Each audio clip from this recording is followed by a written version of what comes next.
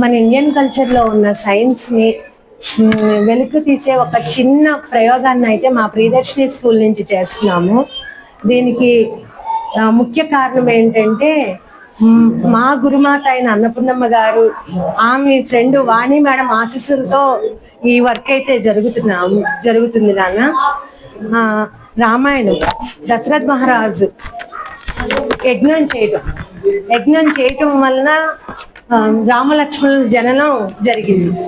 రామలక్ష్మణులు యజ్ఞం వలన జన్యోత్పత్తి జరుగుతుంది అనేది మనకి ఒక ఉదాహరణగా మనం తీసుకోబడింది ఈ ప్రాజెక్ట్ లోని. అంతేకాకుండా వాతావరణంలో అనేక మార్పులకు యజ్ఞం ఉపయోగపడుతుందని, మనకి సూక్ష్మక్రిములు వైరస్లు వ్యాప్తి చెందకుండా ఉంటాయి, లంగ్స్ బ్రెయిన్ లో ఉన్న సూక్ష్మ కణాలు గట్టిపడటానికి కూడా యజ్ఞం ఉపయోగపడుతుంది. అలాగే మాన్సూన్స్ సీజన్స్ కరెక్ట్ టైంలో ఉంటే సైక్లోన్స్ అయితే ఎప్పుడైతే ఏర్పడకుండా ఉంటాయో మనకి ప్రకృతి వైపరీత్యాలు జరగవు.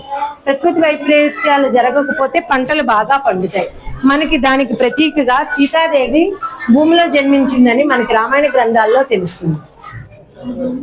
ఈ రోజుల్లో పిల్లలకి చిన్న ఇంట్లో కూడా చిన్న మొక్కలను పెంచుకునే విధానం తెలియచేయడానికి కోసం అగ్రికల్చర్ ఫార్మింగ్ ఇది కూడా మేము యాక్టివిటీ తీసుకోవటం జరిగింది.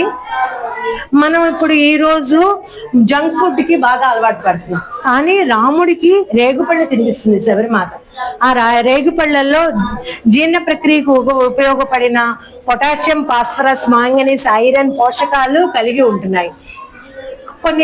కొన్ని రకాల రేగుపళ్ళు అయితే మనకు తెలియకుండా ఉన్నాయి. వాటి ఆవశ్యకత తెలియజేయడానికి మేము ఈ ప్రాజెక్ట్ తీసుకున్నాము. రేగుపళ్ళ వల్ల డైజెస్టివ్ సిస్టమ్ జీర్ణ ప్రక్రియ బాగా జరిగి ఫంక్షనింగ్ బాగా జరుగుతుంది. జీర్ణ ప్రక్రియ ఎప్పుడైతే బాగా జరుగుతుందో కిడ్నీ ఫంక్షనింగ్ కూడా బాగా జరుగుతుంది. కిడ్నీ వ్యాధులు రాకుండా ఉంటాయి. అందుకని మేము ఈ ప్రాజెక్ట్ తీసుకోవడం జరిగింది. ఏ టెక్నాలజీ లేకుండా మహాసముద్రం పైన మానవులతో కాకుండా రాముడు వానరులతో రామసేతు నేర్పించాడు. ఆనాటి వానరుడైన ఇంజనీర్ పేరు నలుడు. ఆయన 1,000,000 మంది వానరులతో ధనుష్కోట్ నుంచి శ్రీలంకకు వారధి కట్టారు. 5 రోజుల్లో కట్టారు ఆ వారధి.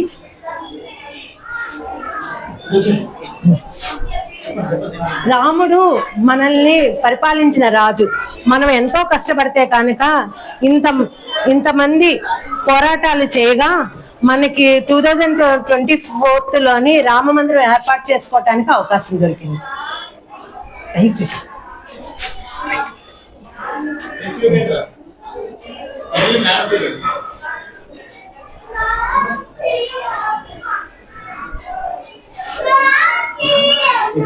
నా పేరు రాజేశ్వరి.